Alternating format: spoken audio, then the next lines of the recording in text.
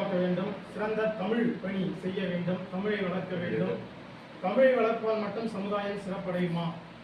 சிறந்த சமுதாயத்தை உருவாக்க வேண்டும். அப்படி சமுதாயம் உருவாக வேண்டும் என்றால் என்ன வழி? இன்றைய சமுதாயம், அதாவது இன்றைய செடி நாளைய மரம், இன்றைய அரும்பு நாளைய நன்மலர் என்பது போல இன்றைய மாணவர்கள் தான் நாளைய சமுதாய தூண்களாய் நிற்கப் போகிறார்கள்.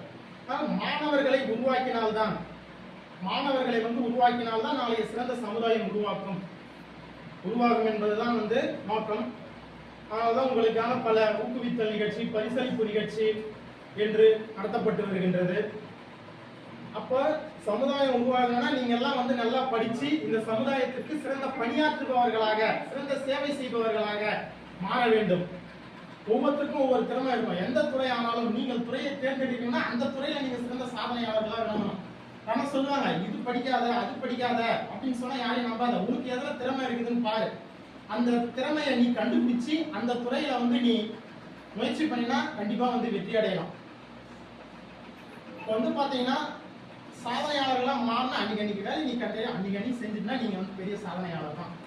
நம்ம டெய்லியும் சாப்பிட்றோம், டெய்லியும் தூங்குறோம். அந்த மாதிரி அன்றாட நிகழ்ச்சிகள் மாதிரி தான் நீங்க படிக்கிறது தான். டெய்லியும் நீங்க படிக்கணும். அன்னைக்கு நடக்கிற பாடத்தை அன்னைக்கு வீட்டுல போயிட்டு படிச்சீங்கன்னா நீங்க சிறந்த சாதனையாளர்கள் தான். சிறுக சிறுக உடைத்தால் இந்த மலையே உடைத்து விடலாம், சிறுக சிறுக குடித்தால் ஒரு கடலையை குடித்து விடலாம். அது போலதான் நீங்க சிறுக சிறுக படிச்சீங்கன்னா புத்தகங்களை எல்லாம் படித்து நீங்க சிறந்த சாதனையாளர்களாக மாறலாம். இப்போ ஒரே நாள்ல போயிட்டு நம்ம மலையை தூக்கி வைக்கணும்னா முடியுமா? கடலை குடிக்கணும்னா முடியுமா? படிக்கிறது அந்த மாதிரி தான். கொஞ்சம் கொஞ்சமா நீங்க அன்றாட வாழ்க்கையில சிறுக சிறுக படிச்சுக்கிட்டே இருந்தீங்கன்னா என்ன பண்ணலாம்? நிறைய படிச்சிடலாம். எக்ஸாம் பார்த்துக்கலாம், பாஸ் பண்ணா போதும் அப்படின்னு நினைச்சீங்கன்னா அது சாத்தியம் இல்லை. படிக்கிறதே உங்களுக்கு சிரமமே தெரியாம இருக்கணும் அப்படின்னா என்ன பண்ணலாம்? தினசரி நம் வாழ்க்கையில் எப்படி அன்றாட செயல்களை செய்கின்றோமோ அது போல என்ன பண்ணணும்? நீங்க தினசரி அதை பழக்கமாக ஏற்படுத்தி கொண்டு படித்துக் கொண்டே இருக்க வேண்டும். படிக்கணும். காலையில் படி, கடும்பகல் படி, மாலை இரவு பொருள்படும் படி, தங்கத்தமிழ் நூலை படி, படி படி படி, காலையில் படி, கடும்பகல் படி. பாரதிதாசன் சொன்னார். அன்னைக்கு சொன்னார் தங்கத்தமிழ் நூலை படி. ஆனால் இன்றைய காலநிலைக்கு தகுந்தாற் போல் அனைத்து அறிவுள்ள நூல்களையும், பாட புத்தகங்களையும் படிக்கணும். அது சார்ந்த தினசரி செய்தி அதையும் படிக்கணும். அதுக்கப்புறம் அறிவு உள்ள நல்ல நூலகத்துக்கு போனீங்கன்னா எல்லா சம்பந்தமான நூல்களும் இருக்கு, எல்லாத்தையும் படிக்கணும். உங்க பாட நூல்களையும் படிக்கணும்.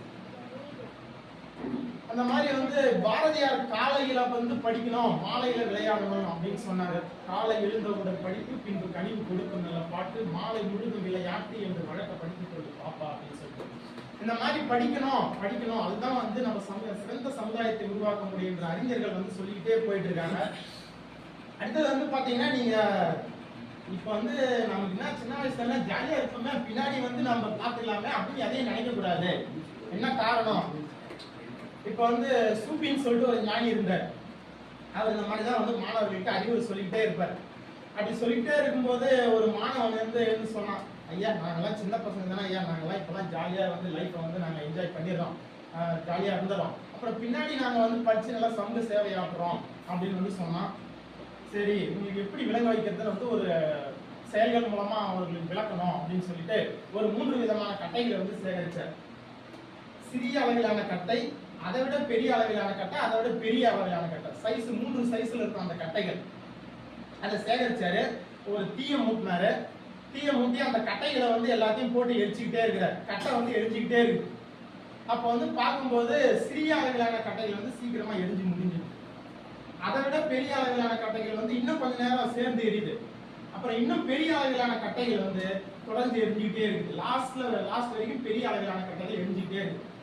அப்போ அதை பார்த்து அவங்களுக்கு அறிவுரை சொன்னார். தம்பி, நம்ம 3 விதமான கட்டைகளை சேகரிச்சு வச்சு நம்ம வெளியே வச்சோம். அதுல பாத்தீங்கன்னா சின்ன அளவிலான கட்டைகள் சீக்கிரமா எரிஞ்சுட்டு, அதை விட பெரிய அளவிலான அதை விட கூடுதலா எரியுது, இன்னும் பெரிய அளவிலான கட்டைகள் அதை விட கூடுதலா எரியுது.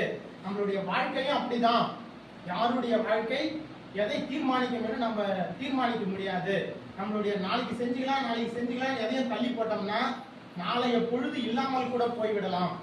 இந்த சிறிய கட்டைகள் மாதிரி நாம இன்றைய கூட நம்முடைய வாழ்க்கை முடிந்து விடலாம். இல்ல இன்னும் பெரிய கட்டைகள் எரிவதை போன்று இன்னும் நாம் கூடுதலாக கூட இருக்கலாம். ஆனால் நாம் எதையும் தள்ளி போடக்கூடாது. அதனால இன்றே படிக்கணும். தாமதிக்கும் ஒவ்வொரு கணமும் தவணை முறையில் மாற்றம் நிகழும். என்ன நடக்கும் அப்படின்னு நாளைக்கு தெரியாது. அதனால் இன்றே செய் நன்றே செய், எதையும் நாளை நாளை என்று தள்ளி போடாதீர்கள்.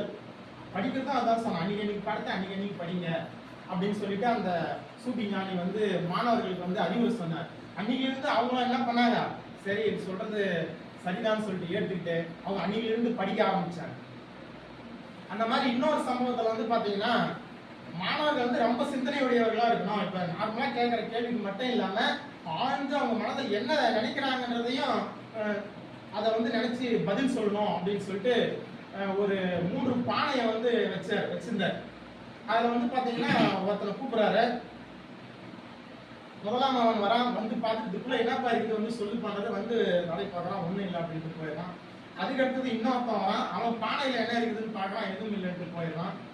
அதுக்கப்புறம் இன்னொருத்தன் வரான், மூன்றாம் அவன் தான் என்ன இருக்குது அப்படின்னு சொல்லிட்டு கேட்கறான். அவனா என்ன பண்றான், இதுக்குள்ள காற்று இருக்கிறது அப்படின்னு சொல்லிட்டு சொல்றான்.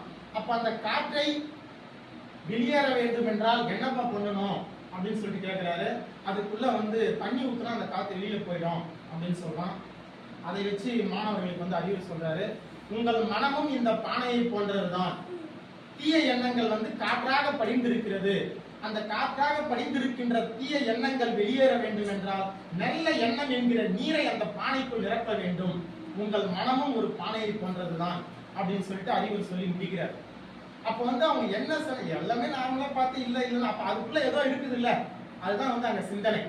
அது போல ஐக்கூக்களை மாணவர்கள் வளர்த்துக் கொள்ள வேண்டும். சிறந்த சமுதாயம் உருவாக வேண்டும் என்றால் நீங்கள் நன்றாக படிக்க வேண்டும்.